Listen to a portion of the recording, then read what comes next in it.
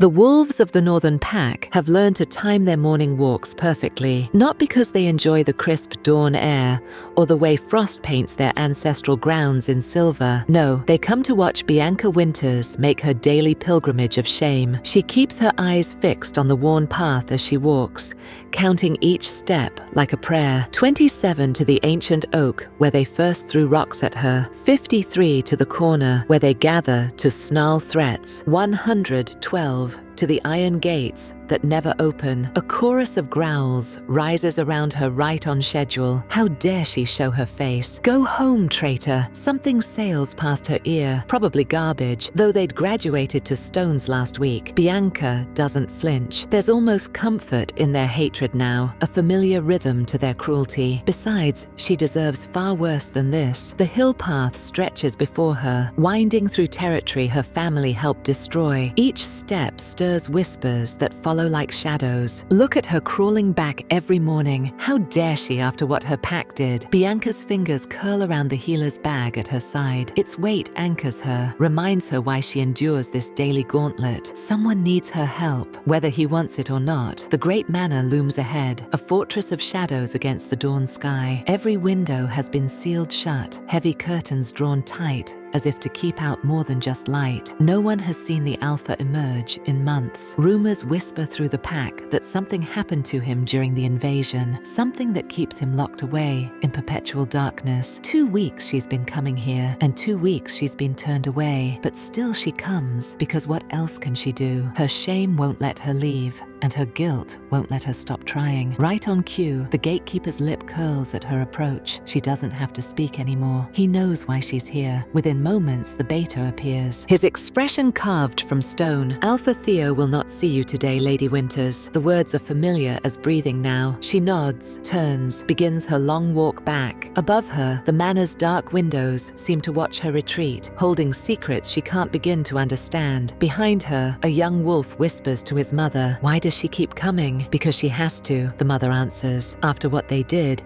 Bianca's shoulders stay straight as she descends the hill, each step measured and calm. Let them watch, let them hate. She will return tomorrow, and the next day, and the next. After all, penance isn't meant to be easy. How else can she atone for helping destroy everything these people hold dear? Chapter 1. Theo and the Eastern Border Patrols report increased activity from rogues. Page's voice drones on, dutifully delivering his daily report. Theo doesn't move from his position by the window, barely containing the snarl building in his throat. His wolf paces beneath his skin, restless and savage after months of confinement. The beast wants out, wants to run, to hunt, to tear something apart with teeth and claws until the rage finally bleeds out. But that's not an option anymore. The treasury shows improvements. Page continues, his scent betraying his unease. But I don't see the pack moving forward if you're going to lead it from here. The point, Page? He growls. Even his own voice sounds foreign these days, rough from disuse. Theo practically hears his beta weighing his words before speaking next. The Winter's healer came again this morning, he says. Theo's snarl finally breaks free, echoing off stone walls. Just the name sends ice through his veins, followed by familiar burning fury. The Winters, the pack that had attacked without warning or cause, that had brought his people to their knees, the ones who'd wielded Nightshade like a surgeon's blade, precise and merciless. She's been coming for 2 weeks. Page continues carefully. Our healers are overwhelmed, and her reputation is her reputation. Theo's laugh holds no humor. Like her pack's reputation for loyalty before they turned on us. The memory rises unbidden. The invasion, the screams, the burning in his veins as poison spread through his system. Now that same poison has left him trapped in this cage of darkness, maintaining a facade of strength through reputation alone. Silas is dead, Page reminds him quietly. Theo sighs. Yes, he's been told. But does it really matter now? The damage is done. He remembers him as a child. Silas. Who could have guessed that the spoiled brat from the neighboring pack would become such a devastating enemy? That the boy who'd gotten by on charm alone would somehow gain the power to bring entire packs to their knees. But he had. Somehow Silas had found his power, and he'd used it to manipulate the strongest pack in the territory into attacking Theo's people. For Theo's natural leadership abilities had always driven Silas mad with jealousy. The Winters claim they were under his spell, Paige says. Other packs confirm similar experiences. And you believe them? Theo interrupts. There's a beat of silence. I believe we need help. Alpha comes the reply. The pack suffers while I protect them, Theo warns, voice deadly quiet. Would you rather I show our enemies exactly how vulnerable we've become? Shall I invite them in to finish what they started? Silence falls heavy as stone. But if this healer could fix you, Paige tries one last time. If she could return your... Leave me, Theo snarls, a soft sigh, then footsteps retreating. The door closes with a final click, leaving Theo alone in his darkness once more. His wolf howls against its chains, demanding violence, freedom, revenge. But revenge requires strength he no longer possesses. All he has left is isolation, pride, and enough raw fury to keep him breathing. So let the Winter's healer come and waste her time at his gates. He'd rather rot in darkness than trust their kind again. Chapter 2. Bianca. When Bianca had been 20, she'd fallen in love with sunshine. At least that's how she remembers it now. Golden curls catching light, soft blue eyes that made her knees weak, a smile that seemed to glow from within. They would meet in hidden corners of her father's estate, where brief brushes of hands evolved into warm kisses that tasted of forever. His name had been Silas, and Bianca had loved him. Her entire pack had loved him. They'd had no choice in the matter, because, as it turned out, dark, twisted magic had turned them all into Silas's little puppets. He'd enchanted them all into trusting him, admiring him, confiding in him, and waging wars on his behalf. Now the spell is broken, and Silas is dead. And in freedom, Bianca sees through her rose-colored memories. She sees the truth of what he was and the devastation he left in its wake. She knows her pack has much to atone for, but at night, Bianca's dreams twist and merge like watercolors in rain. She sees the man she thought she loved, feels the love she thought she held, until she wakes up choking. And when she does, for a moment, she doesn't know what's real. Had the emotions she felt really been a lie? Hadn't she not enjoyed Silas' kisses? Her heart had raced, hadn't it? And her wolf had purred. Every morning she stares at herself in the mirror, trying to separate truth from lies. Where did Silas's manipulation end and her own fault begin? She has no answers, only shame and an endless need to make things right. So, when her father had expressed a need for the pack to take action in the north, Bianca had jumped at the chance. Their alpha won't even answer my calls, Jensen had said 2 weeks ago. It's getting to a point where I don't know if he's alive or if he's planning our deaths. What do you expect? Kate, Bianca's sister, had snapped. After what Silas made us do to them. Our spies say Theo Blackthorne hasn't been seen in months, Jensen had continued. Rumors claim he's still injured from our attack. So perhaps if we were to offer a healer, I'll go. The words had left Bianca's mouth before she could stop them. I'm a healer. I can help. Absolutely not. Kate's eyes had flashed gold. You need time to heal yourself. But Bianca had seen the hope in her father's eyes, and Ryder, Kate's mate, had seen through her fear of abandonment. Darling, Ryder had said quietly, earning a betrayed look from Kate. Sometimes healing means leaving old shadows behind. Now, 2 weeks later, Bianca stares up at those shadows, made manifest. Alpha Theo's mansion, looming against steel-grey skies, its sealed windows like blind eyes. Is the Alpha there behind those walls? Some whisper he's planning revenge. Others claim he's already dead, and his beta merely maintains the illusion of his presence to keep rival packs at bay. Rumors contradict each other. He's crippled. He's plotting. He's gone mad with grief for his ravaged pack. The only thing for certain is that no one has seen Theo X emerge in months. Sometimes in the pre-dawn light, Bianca thinks she sees movement in the highest tower, a tall figure pacing, but that could be her imagination, crafting monsters from memories.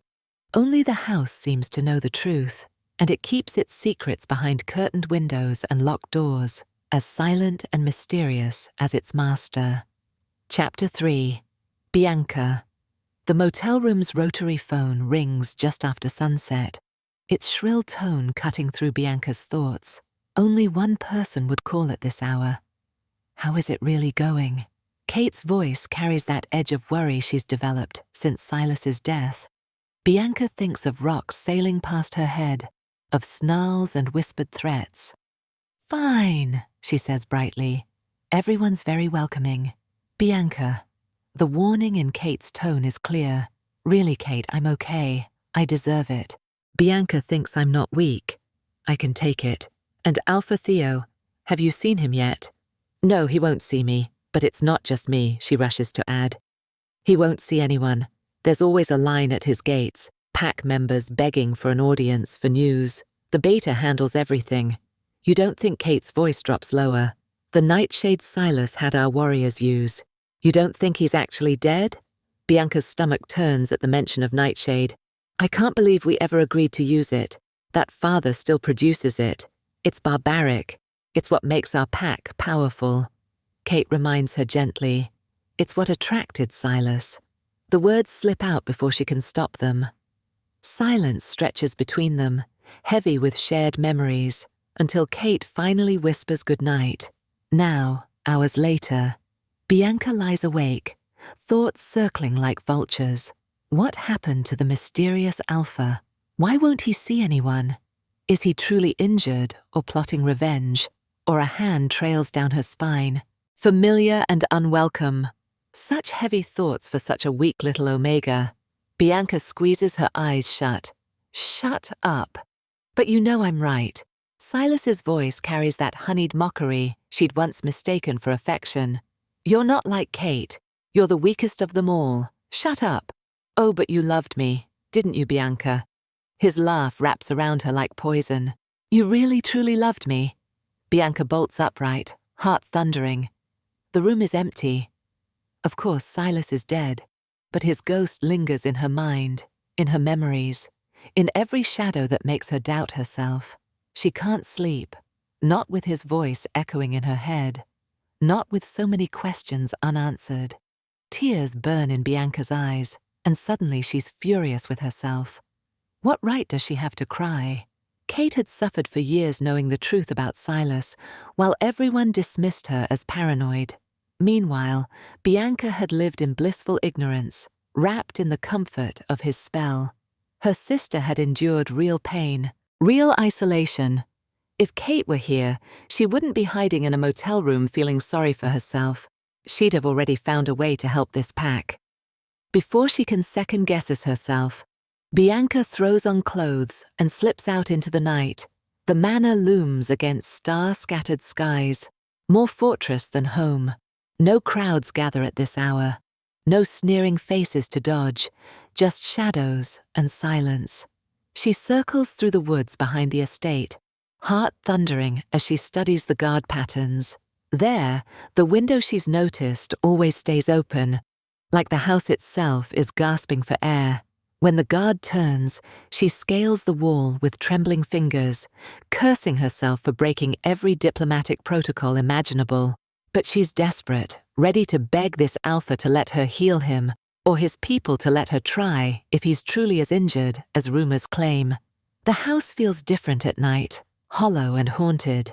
Bianca follows her instincts, remembering where Paige always glances when people ask after his Alpha. The highest room in the highest tower, like something from a fairy tale gone wrong. Only when she eases the door open, plunging into absolute darkness, does she realize how monumentally stupid this is.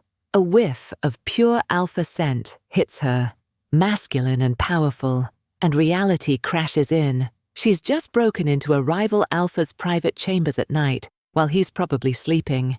If he doesn't kill her on sight, It'll be a miracle. Who's there?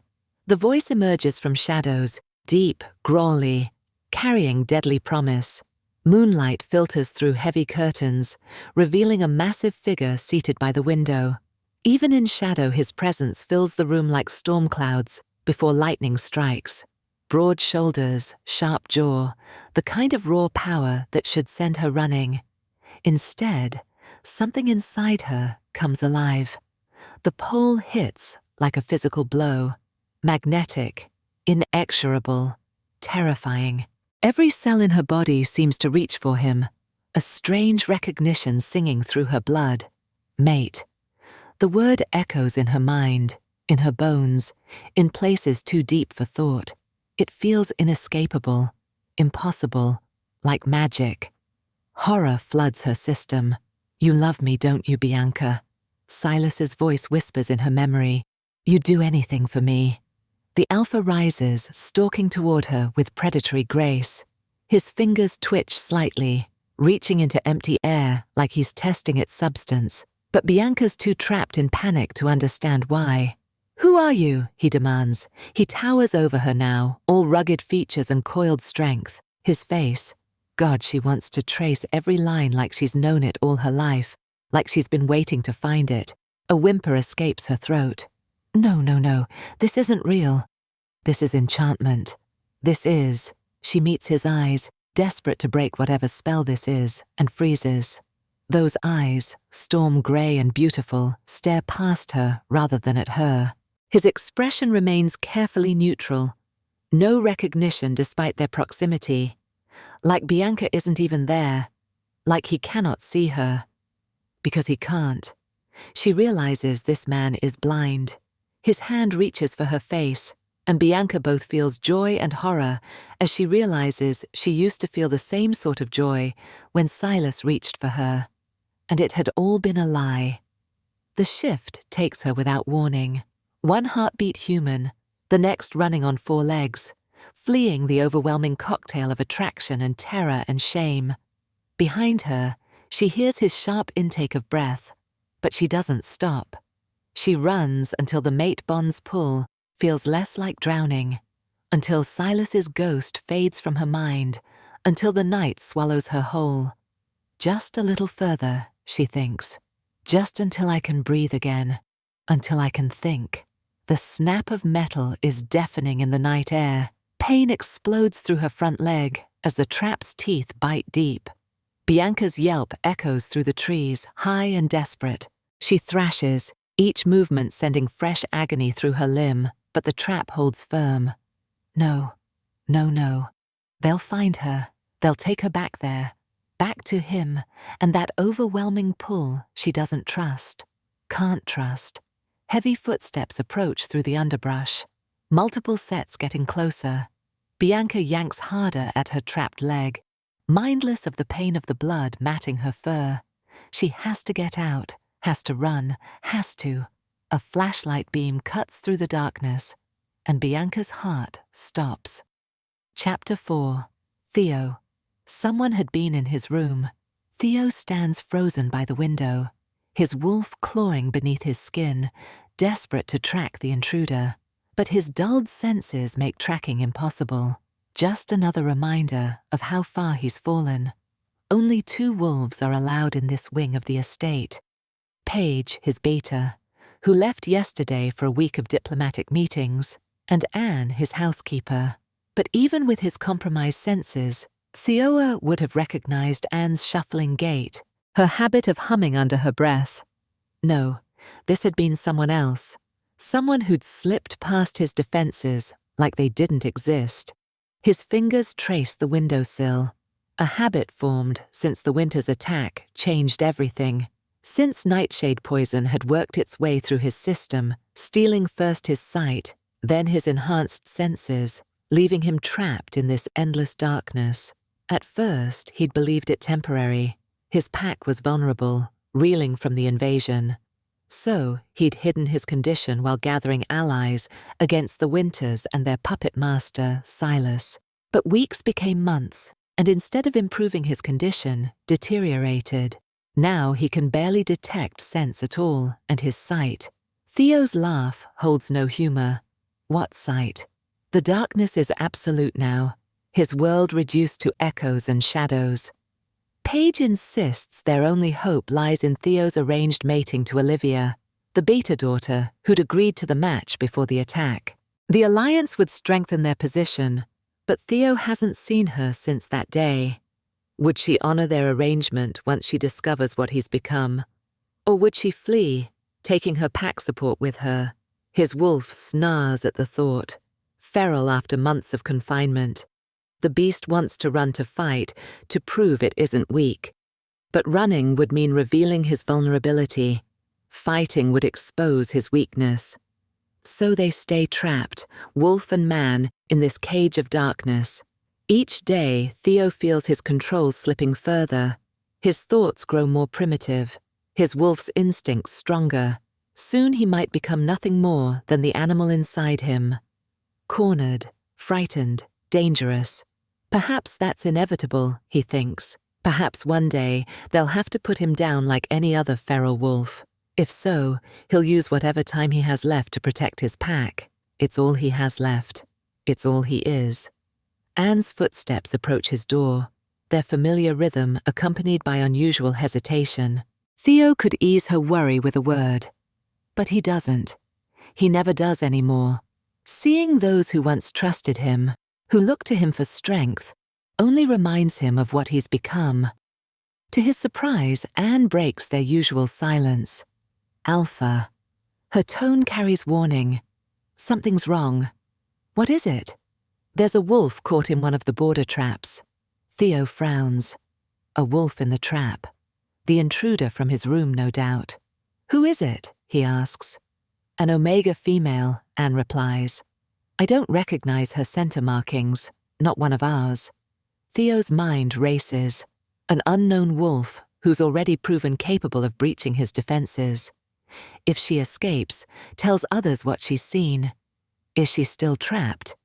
Yes, but Anne shifts uncomfortably. She won't let anyone near, snapping, snarling. Theo opens his mouth, ready to tell her to get Paige when he remembers the ladder isn't here. Damn it. Should I fetch someone else from the pack? Anne asks. Theo paces, wolf bristling. Anyone else would question why their alpha doesn't handle this himself. Anyone else might free the intruder, might notice something wrong. I'll deal with it. Alpha's surprise colors Anne's voice before she catches herself. The walk outside is excruciating. Every step could betray his weakness. Every movement exposes vulnerability. Anne guides him with subtle coughs and cleared throats, but his pride burns with each correction. Then cool night air washes over his skin, and for a moment the world expands. His wolf quiets, soothed by the breeze, carrying whispers of pine and freedom. There, Alpha. He can't see the trapped wolf, can barely smell her through the stronger sense of earth and decay. But he hears her pained growls, desperate shuffling, the song of a cornered animal. Theo moves forward, letting his alpha presence flood the space between them like thunder before a storm. The growls intensify. Challenge meeting challenge. Down. He growls. The wolf snarls back, metal clanking as she struggles. Theo stalks closer, each step deliberate. I said, down. A whimper breaks through the growls. Only then does he reach out, finding fur that trembles beneath his touch. His hand finds her neck, applying firm, steady pressure. That's it, he murmurs, gentling his tone now that she's acknowledged his authority. You're not going anywhere. The last of her defiance melts away, and the trap. He tightens his grip, ready for one final show of dominance. But instead, a warm tongue laps at his fingers. Stay still, he instructs, as he hears Anne opening the trap. But instead of fighting, she only continues her gentle licking, even as metal springs release. His wolf pins at the complete submission, pleasure coursing through him at this small victory. Can she walk? He asks. The wound's deep, Anne replies. She'll need help. Without thinking, Theo scoops the wolf into his arms. She weighs nothing, settling against his chest with complete trust. her breath warm against his collarbone. His wolf rumbles with satisfaction at feeling useful for the first time in months, at this small proof that he can still command respect instead of just hiding. "Let's get her inside," he says, already turning back toward the house, following Anne's footsteps and the wolf's steady heartbeat against his chest. He should question this, should worry about the stranger in his arms. But for now, he simply enjoys the warmth of another living being who doesn't seem to notice or care about his brokenness. Chapter 5. Bianca. Being carried in an alpha's arms should terrify her. Bianca knows this, knows she's breached his territory, invaded his private chambers, and will likely face severe consequences once he discovers what she really is. Her racing heart screams at her to struggle, to flee, to do something other than lie here helplessly in the arms of a potentially hostile alpha. Yet her body betrays her, melting into his touch. Heat radiates from his chest, and something primal inside her pines at his proximity, desperate for more contact. Even her injured leg seems to hurt less, soothed by his steady grip. "Stop that," she scolds herself. They move through empty halls, Theo following Anne's lead. Despite his blindness, he navigates turns and doorways with fluid grace, as if he's memorized every inch of his domain. Not once does he stumble or hesitate. Not once does his grip on her falter. They enter what appears to be a staff living area, all worn furniture and practical surfaces. A heavy wooden table dominates the center of the room, and Theo gently lowers her onto its scarred surface. His hands linger for a moment, checking her position, ensuring her injured leg isn't pressed against the wood. "Who are you?" he demands, voice deceptively soft. "What are you doing on my territory?" Bianca's ears flatten against her skull. She should change back, should explain about wanting to heal him, about recognizing the symptoms of nightshade poisoning he's experiencing, similar to Kate's when she'd be poisoned as well. Should tell him that she might be able to help, that she's seen these symptoms before, the blindness, the dulled senses, all of it. But every time she reaches for her human form, Silas's voice whispers in her mind. "Yes, Bianca. Go on. Change back," he taunts. "Tell him about the bond you're clearly the only one feeling here. Enjoy falling head over heels for a man who doesn't love you again." Panic claws up her throat. The alpha's watching her, obviously expectant, despite not being able to even see her, and Bianca wants to obey, wants to shift back. But then what will he say when she changes back? Or worst, what will she do? Fear twists her heart. "I do hope you don't intend on pretending you're just a regular wolf," the alpha comments, sounding unimpressed. She's not trying to deceive him. She wants to change back. She does, but she can't. She tries to focus, tries to think more like a human to draw back the wolf. The wolf will not budge. "Change back, right now," Theo commands. Bianca whines, shuffling on the table until her leg screams in protest. She tries again, desperately reaching for her human form, but Silas's voice grows louder. "Unless perhaps you still love me, Bianca. Is that it? Are you ashamed that you still love me?" A pathetic whimper escapes her throat. How embarrassing to be stuck like this. She'd never had problems with her wolf before. It's pathetic. She's even more pathetic than she thought she was. "Alpha." Anne's voice cuts through the tension. "The poor thing is terrified. I can see that." Theo snaps, then catching himself well in a manner of speaking. His hand finds her head again, and despite everything, Bianca leans into his touch. His fingers card through her fur, steady and certain, and something inside her unclenches at the contact. "She's trembling," he murmurs. "Perhaps she's too afraid to shift back, sir." Anne's tone carries careful suggestion. Too afraid? Theo's finger is still against Bianca's neck. I hear it happen sometimes. Anne moves closer, her presence grandmotherly and kind. "Maybe if we give her time." "Are you suggesting we keep her here?" Bianca focuses on his touch, on the low rumble of his voice, finding it impossibly soothing. She's too desperate to feel embarrassed about it. She just wants to stop hearing Silas, whatever works. Well, surely we can't release her until we know why she's here. Anne reasons. Can we, Alpha? I suppose not. A slight pause, his hand freezing on Bianca's head.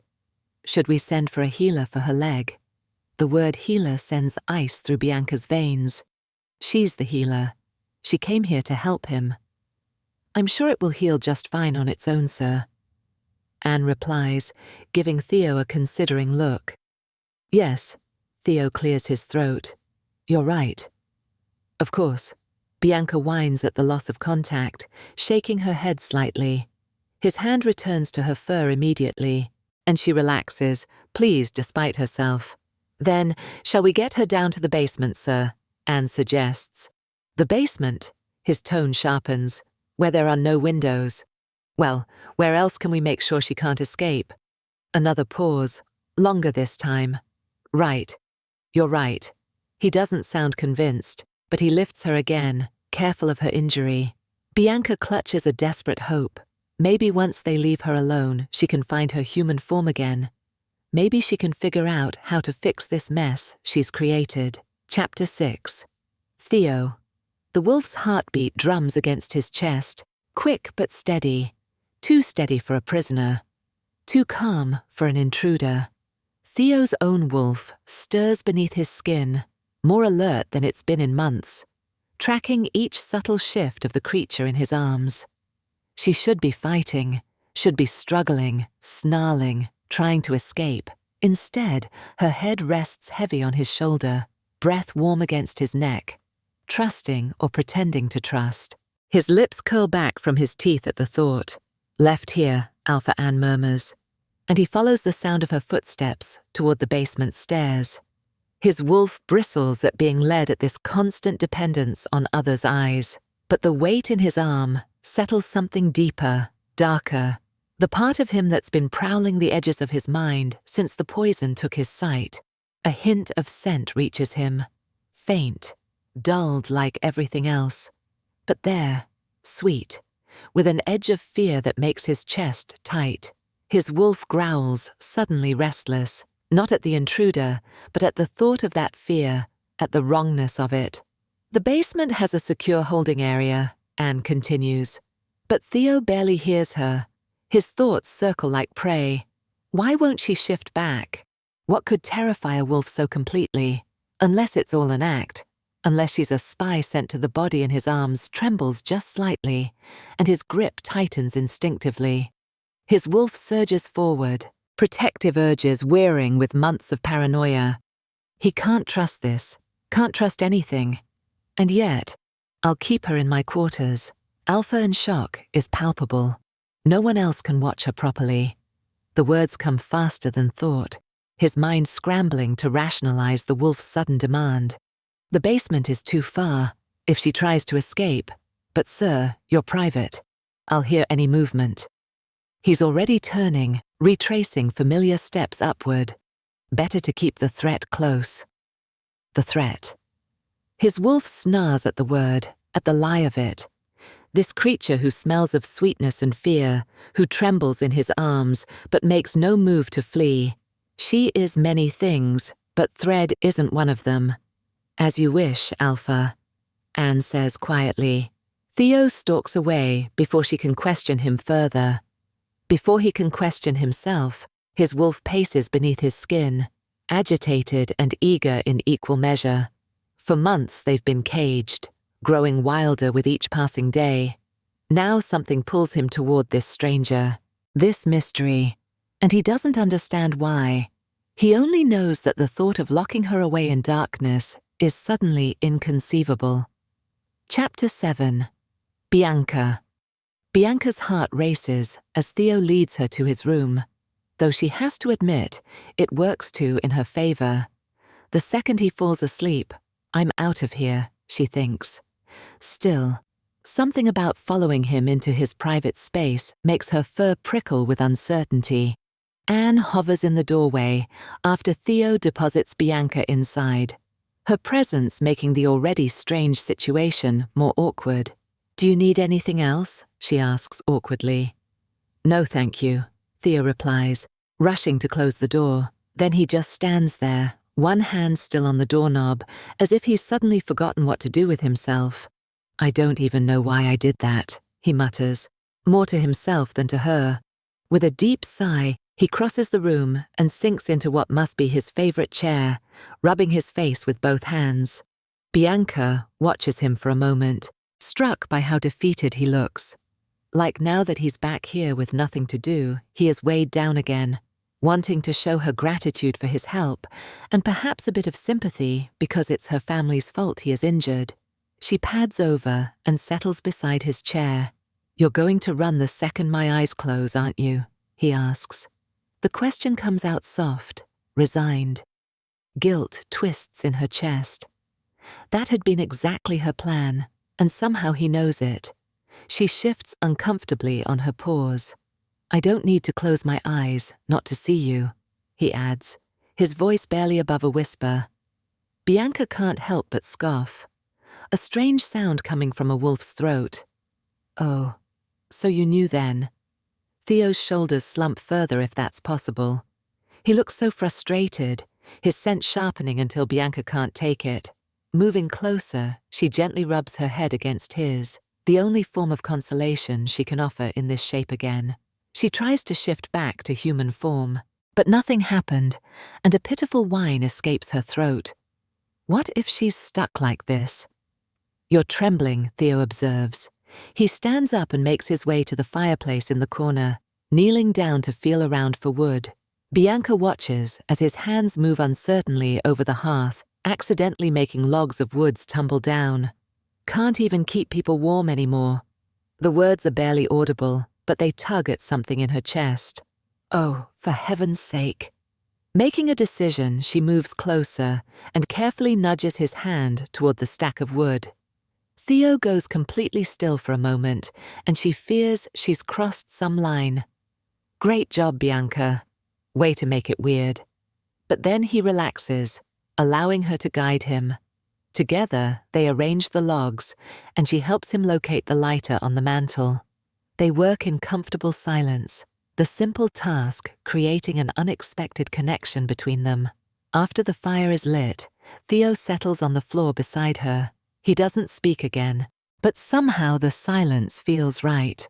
Bianca finds herself growing drowsy as she watches the flames dance, the crackling wood and Theo's steady breathing creating a soothing rhythm.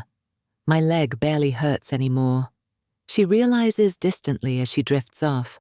When she wakes, the fire has burned down to embers, and early morning light is seeping through the windows. For a moment, she's disoriented. Where am I?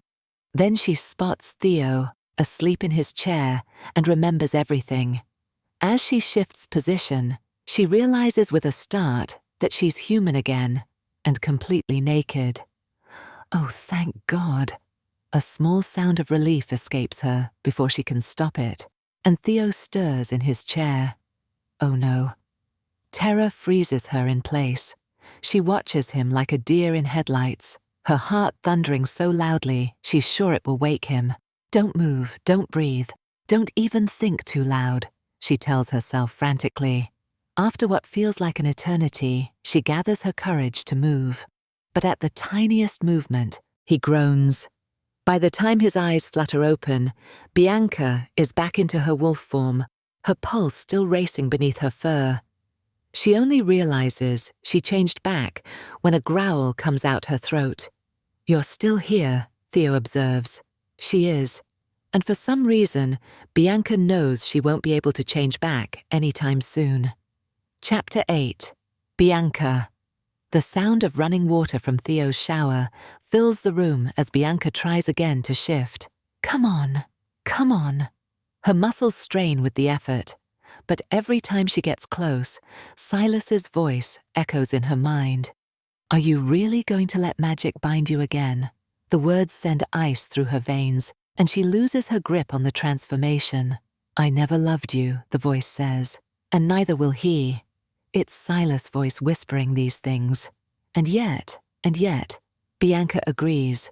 This pull toward Theo, this instinctive trust, It's another trap, just like Silas's love had been. The mating bond feels like chains around her heart, and she can't breathe through the panic of being caught again. When Theo emerges from the bathroom, his hair still damp, he tilts his head.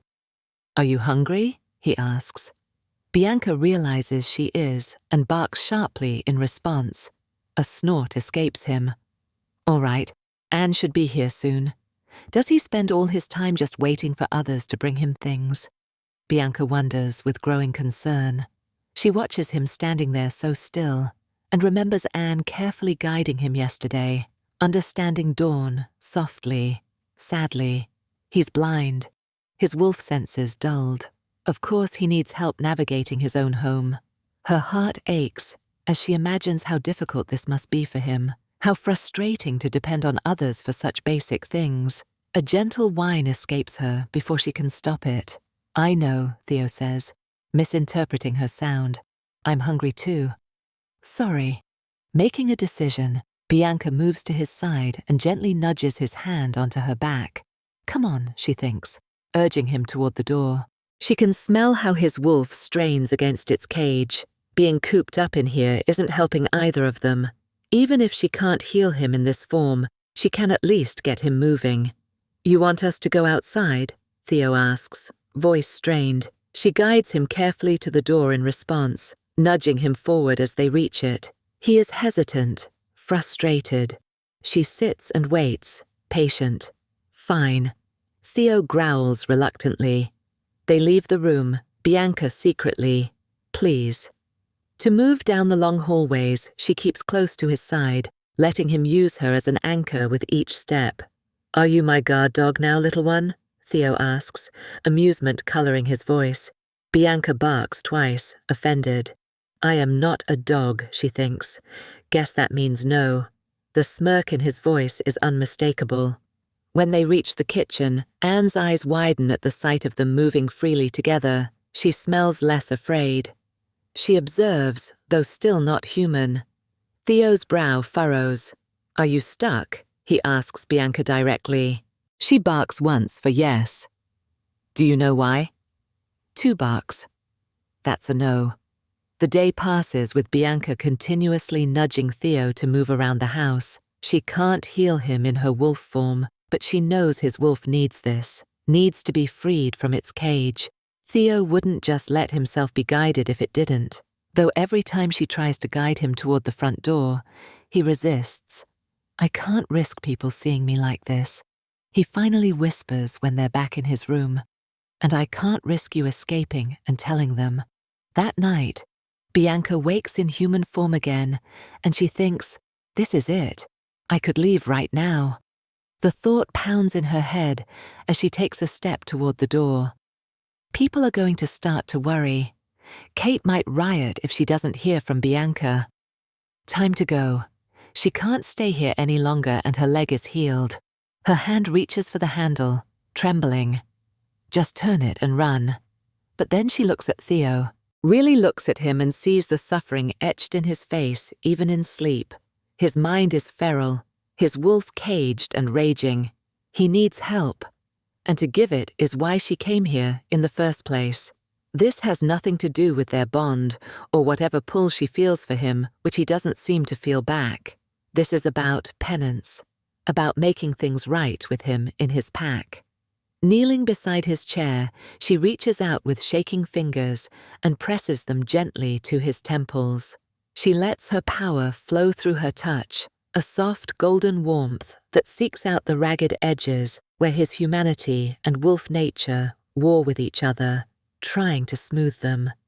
She came here to heal, and she will. Chapter 9. Bianca days blend into one another, marked by a strange rhythm that becomes increasingly familiar.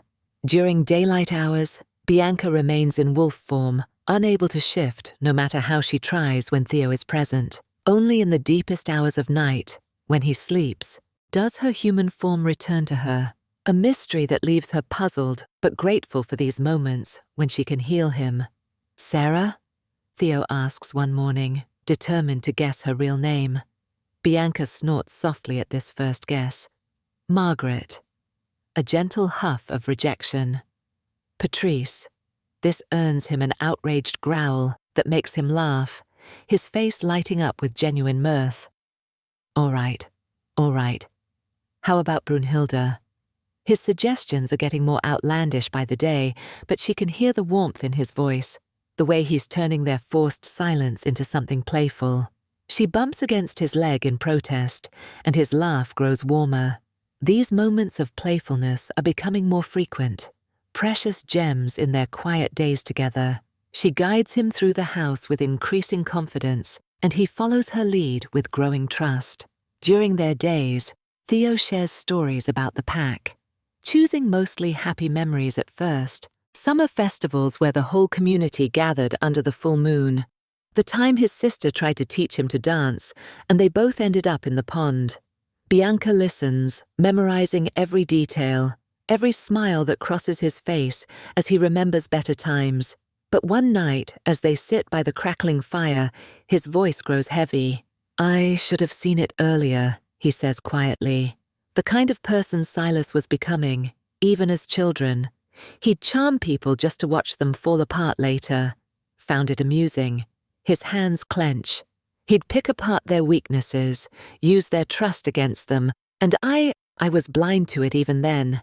The memories hit Bianca, like physical blows. Silas's charming smile, the way he'd seemed so understanding at first, how he'd used everything she'd confided against her later.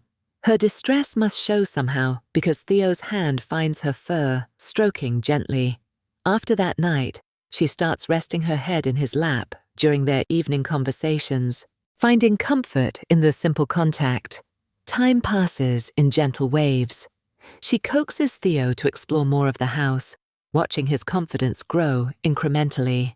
His scent begins to change too, becoming stronger, more wolf-like, telling her the healing is working.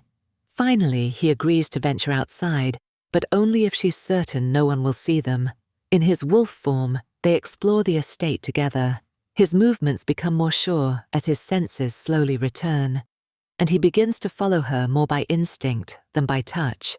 These moments feel like freedom, like hope. That evening, as they rest by the fire, Theo buries his nose in her fur, inhaling deeply. His scent wraps around her, warm and rich and right, in a way that makes her want to melt into the touch. She can't remember the last time she felt this peaceful, this safe. Then he starts speaking, voice low and pained, about the winter's betrayal, the poisoning, the hatred that still burns in him for her family. "They even sent their daughter here to heal me," he says, bitter laugh catching in his throat, as if that could make up for what they did. Later that night, in human form, Bianca's hands shake as she channels her healing power into him. Would he see this as another betrayal? Her deception, her silent presence in his home, her gentle touches, all while keeping her true identity hidden. He would hate me, she thinks, heart aching. He would never forgive this. She should leave. She knows she should. But as she looks down at his sleeping face, runs a gentle hand along his cheek, she realizes with startling clarity that she can't. Not anymore. The truth of it settles in her chest like a physical weight. Somewhere between the quiet conversations and shared silences, between guiding touches and gentle healing, she's lost her heart to him. Chapter 10. Theo. Theo opens his eyes to vague shapes and colors, and his breath catches in his throat. This can't be real. He'd been hesitant to hope. Even as his other senses gradually returned, his scent had grown stronger by the day, especially in wolf form, and that alone felt like more blessing than he deserved. But this is different. In the darkness, he can make out the tip of his finger, can see the dying fire casting a soft orange glow across the room. It's not the absolute darkness he's grown accustomed to. It's the natural shadow of night. A choked gasp escapes him, his mind reeling with possibility, but then something else captures his attention entirely. A presence beside him, warm and peaceful. Her scent.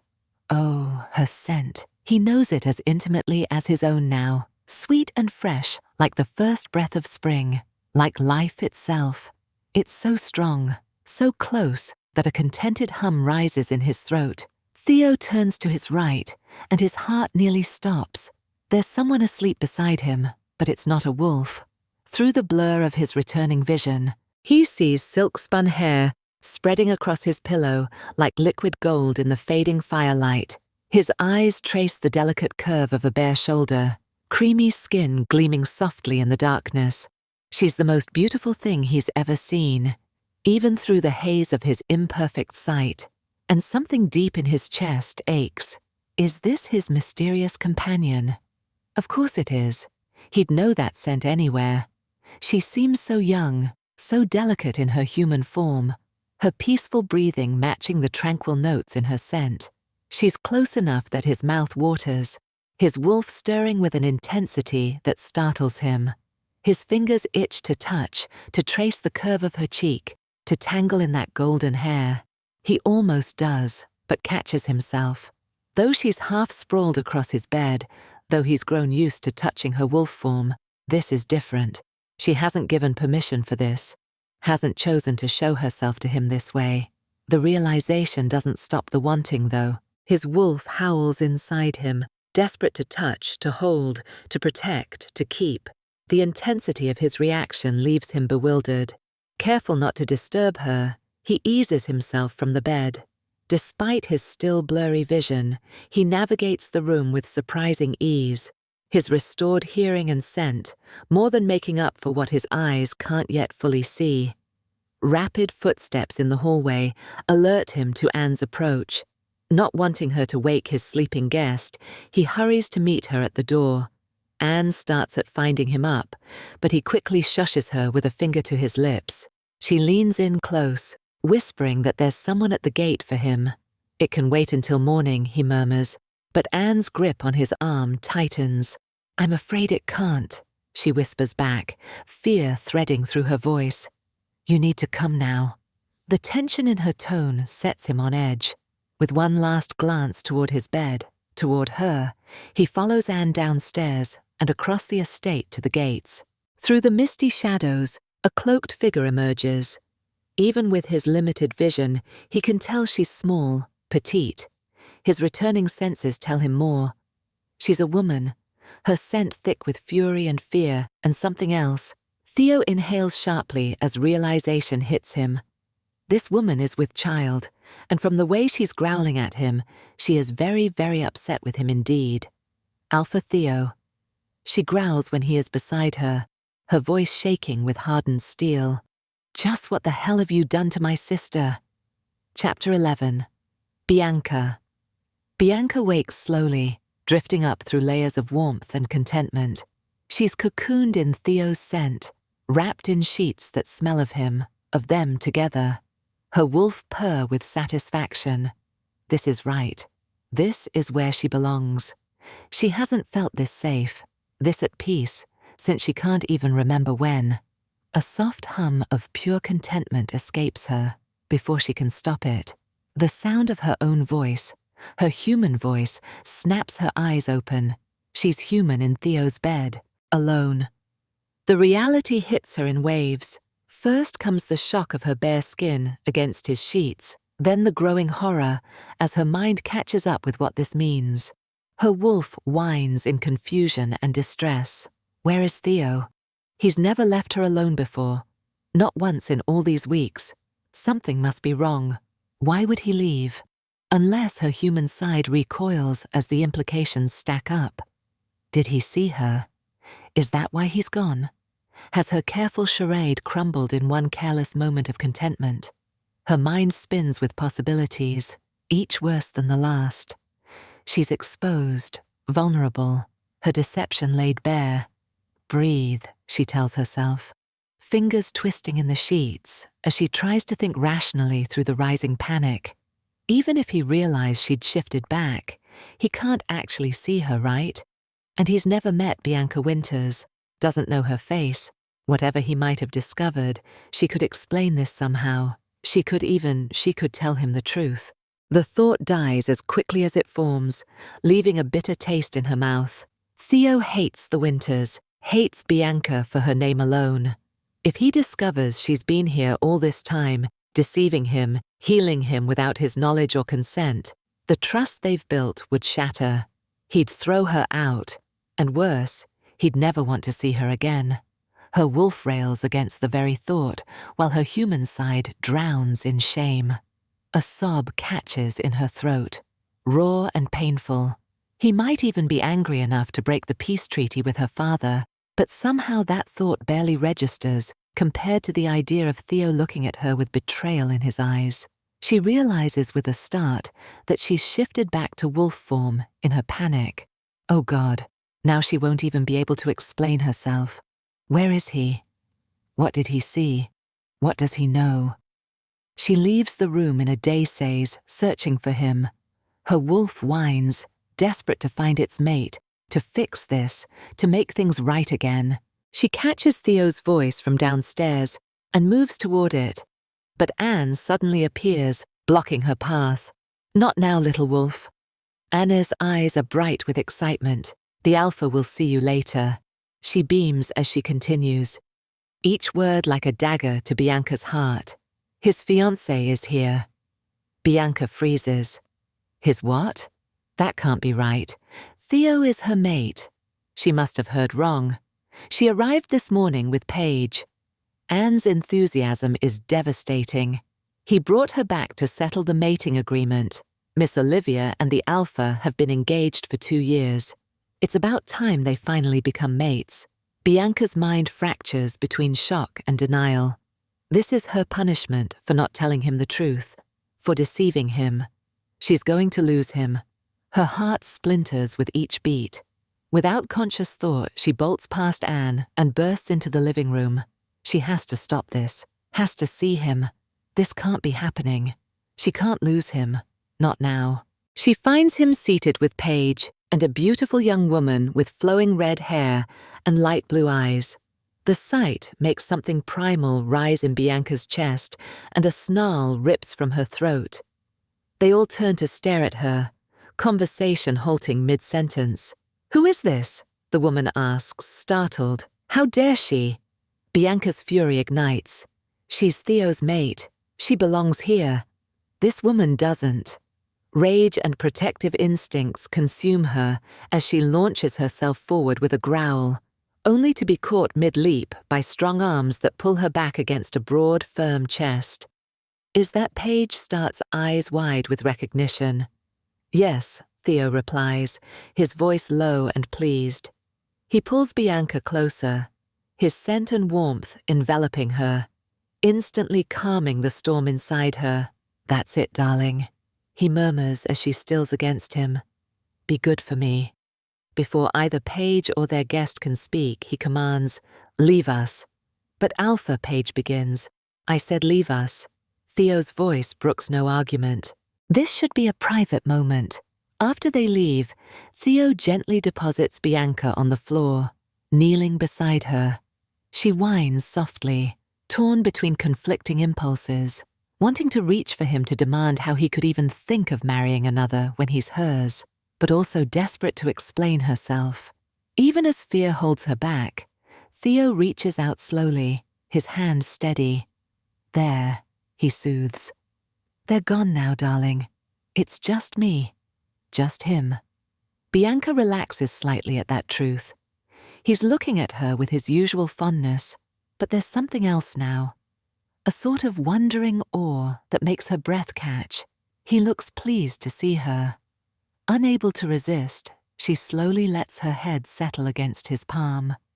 "I'm sorry for leaving you alone," Theo murmurs, his fingers working through her fur in that way that makes her muscles turn to liquid. It's unfair, really. She should be more upset, but it's impossible when he strokes her like this. His touch so tender, it makes her ache. "But I won't ever leave you alone again, Bianca," he says softly. "I promise." She purrs happily before his words register. Then she freezes in horror. "You are Bianca Winters, aren't you?" he asks knowingly. She panics, trying to shrink away from him, but his hand remains gentle on her fur. "Were you afraid of how I'd react?" His voice stays calm, steady. He doesn't sound angry, she tells herself. He doesn't, but she still can't bring herself to look at him. Please look at me, he asks, his voice so achingly soft it steals her breath. When she finally raises her eyes to his face, her heart stops. He's looking at her like she's a miracle, like she's precious beyond words, like he can't quite believe she's real. And then it hits her. He can see me. You healed me, he murmurs, voice thick with emotion. I wondered what was keeping you here. Why you didn't try to escape from the confines of this dark, empty home I'm bound to. You could have many times, yet you stayed. I thought perhaps you were hiding, afraid, but you were healing me. You stayed for me, didn't you? The reverence in his voice makes her heart thunder. He's speaking as though she's done something extraordinary, as though she's granted him some precious gift. Of course she stayed. It was the right thing to do, the only thing to do. Her pack had betrayed his, had hurt him, but as Theo pulls her close, pressing his lips to the crown of her head, showering her with thanks and praise, she realizes that healing him wasn't truly why she stayed. It was more selfish than that. She stayed because she couldn't bear to leave him, because she wanted to be by his side. He pulls back to look at her, cradling her face between his large palms and smiles. Hi. He breathes, his eyes bright with unshed tears. Bianca realizes she's human again. Fear flutters in her chest, but Theo's hands are so gentle on her skin, his caresses making her shiver. I wanted to tell you, she whispers, watching how he drinks and the sound of her voice like it's music. I didn't want to stay in wolf form, but you were afraid. His expression clouds with concern. She nods slowly. Yes, she supposes she had been afraid. Still is, somewhat. But being able to speak with him, to have him look at her and truly see her for who she is, it's worth facing that fear. I wasn't really afraid of you. The words tangle in her throat. Well, I was. But memories of Silas flash through her mind, tainted and bitter. She hadn't wanted to be deceived again, hadn't wanted to trust wrongly. Your sister told me what happened, Theo says gently. Her eyes snap to his. They're beautiful, so expressive now that he can see. He seems to have come alive with his sight restored, but she can't lose herself in those eyes, not when he just said, My sister, she asks. Kate was here. Yes, that's why I left earlier. She was looking for you. His smile is soft. I promised her she'd see you shortly. She should be back any time now. Bianca nods. She's relieved at the thought of seeing Kate, of explaining everything without risking Theo's anger. She should be elated at this turn of events, but Theo, she meets his eyes slowly, placing her small hand over his. Please don't mate with that girl. Tears well up as she speaks, her relief and joy suddenly crushed by the thought that even if he isn't angry, he might not want her, might choose another when he belongs with her. Darling, he begins looking troubled, but Bianca can't keep quiet any longer. You are my mate, Theo. She presses his hand against her bare chest, against her thundering heart. You belong with me. His eyes widen, lips parting in surprise, before spreading into a smile so tender it makes her chest ache.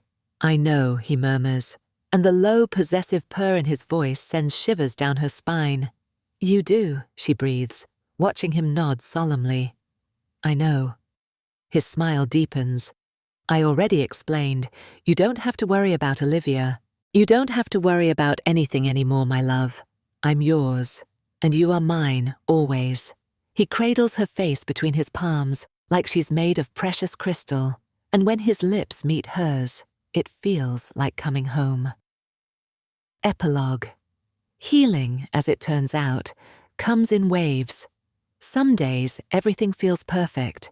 Theo's hand in hers as they walk through the gardens, his scent wrapping around her like a blanket of safety and love. His eyes follow her movements with wonder, as though he can't quite believe she's real. Other days, the shadows creep in. The first time Theo's kisses grow heated, his hands wandering down her back, pressing her closer, Bianca's wolf form takes over in mere seconds. Fear claws at her mind as Silas's voice whispers, "This isn't real. He doesn't love you. He's tricking you." But Theo never pushes. He simply shifts with her, his wolf form powerful and protective beside her smaller one.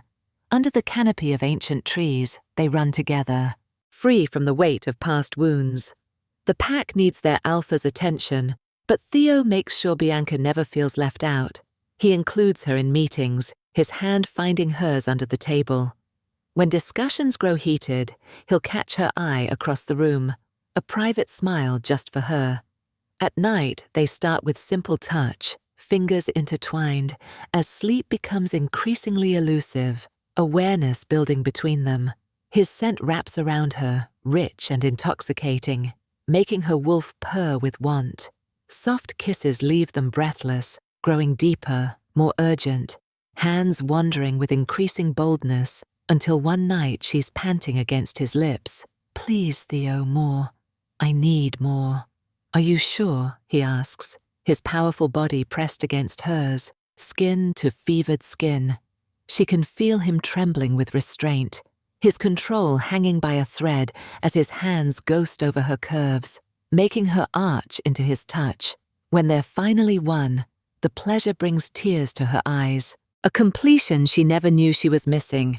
That first time becomes many, their passions seemingly endless. They almost miss Kate going into labor, lost in their world of heated touches and breathless moans. But nothing could keep Bianca from her sister's side as new life enters their world. She holds Kate's hand through the pain, watches Ryder's face transform with joy as he cradles his daughter. Looking at the tiny bundle, Bianca turns to find Theo's eyes on her, warm with promise. "I want one," she whispers that night, and his smile could light up the darkest corners of their past. He marks her the night she tells him she's pregnant, their child growing safe within her as his teeth find her neck. She marks him in return, though in truth, he's been hers since that first night she found him in the darkness. "I love you," she tells him, watching the sunset paint their world in gold. Their child kicks beneath her heart, and Theo's hand covers hers. "I know," he says, his smile holding all the certainty she once thought lost forever. They heal each other day by day, he who suffered at Silas's hand, she who almost lost herself to Silas's lies. Together, they build something new from the ashes, something stronger, something true. And in the end, that's what healing is. Not the absence of scars, but the presence of hope. Not the forgetting of pain, but the courage to love.